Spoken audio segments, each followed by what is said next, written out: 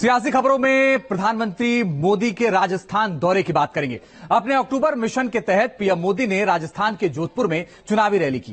कांग्रेस के गढ़ से पीएम मोदी ने राज्य सरकार को कटघरे में खड़ा किया। रैली में पीएम मोदी ने क्या कहा, क्यों दिलचस्प है जोधपुर की जंग, इस रिपोर्ट के जरिए समझने की कोशिश करते हैं।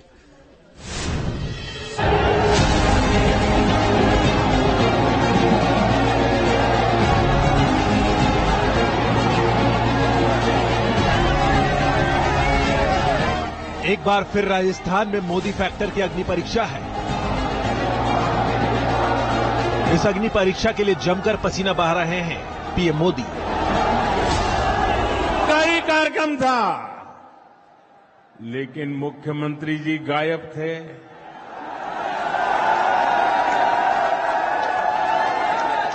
क्यों गायब थे?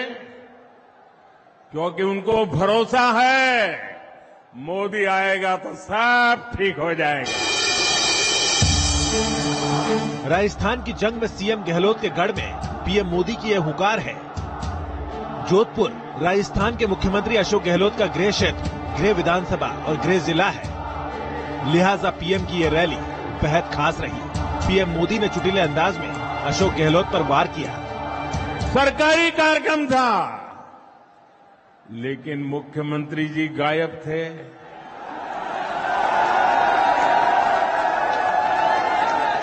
क्यों गायब थे? क्योंकि उनको भरोसा है मोदी आएगा तो सब ठीक हो जाएगा।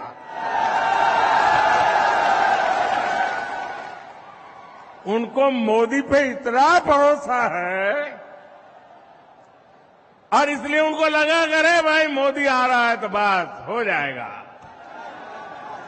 और मैं भी उनको कहता हूं आप विश्राम कीजिए, अब हम संभाल लेंगे। जोधपुर डिवीजन में विधानसभा की कुल 33 सीटें आती हैं। अगर पिछले चुनाव के आंकड़ों पर गौर करें तो बीजेपी और कांग्रेस के बीच यहां कांटे का मुकाबला देखने को मिला था। साल 2018 के विधानसभा चुनाव में 33 में से 16 सीटों पर कांग्रेस ने कब्जा जमाया था। वहीं बीजेपी के हिस्से में 14 सीटें आई थी। लिहाजा जोधपुर में टक्कर बड़ी है। सियासी बढ़त के लिए पीएम नरेंद्र मोदी की अगुवाई में बीजेपी खास योजना पर काम कर रही है। मोदी की गारंटी का मतलब है काम पूरा होने की गारंटी। राजस्थान में हर मन से पीएम मोदी ये पैगाम दे रहे हैं। राजस्थान टूरिज्म में नंबर 1 बनना चाहिए, नहीं बनना चाहिए? बनना चाहिए, नहीं बनना चाहिए? बनना चाहिए, नहीं बनना चाहिए? कौन बना सकता है? कौन बना सकता है? कौन बना सकता है? जरा पूरी आवाज जोर से निकालिए, कौन बना सकता है? आपका जवाब गलत। मोदी नहीं बना सकता, ये आपका एक वोट बना सकता है।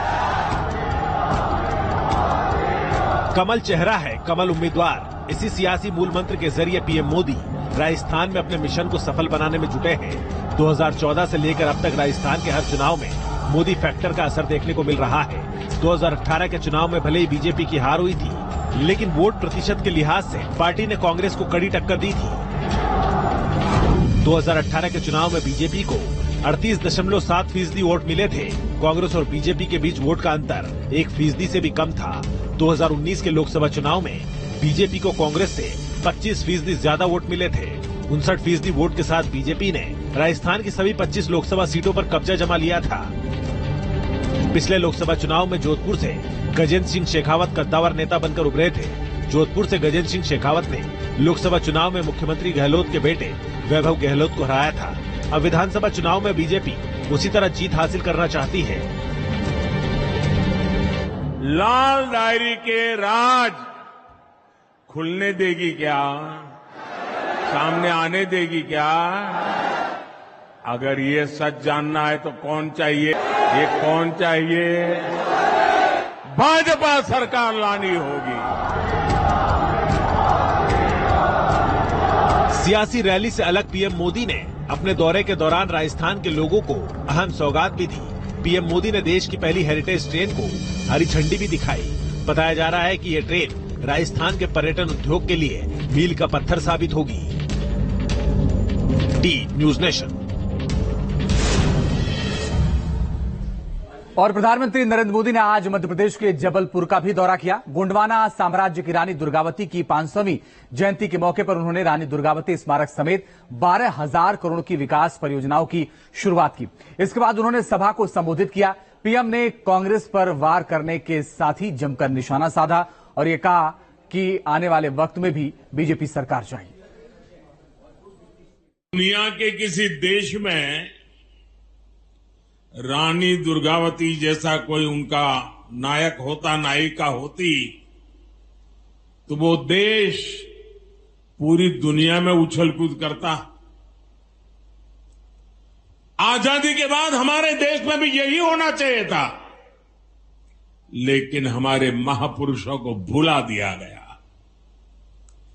हमारे इन तेजस्वी, तपस्वी, त्याग और तपस्या की मूर्ति, ऐसे महापुरुषों को, ऐसे वीरों को, वीरांगनाओं को भुला दिया गया।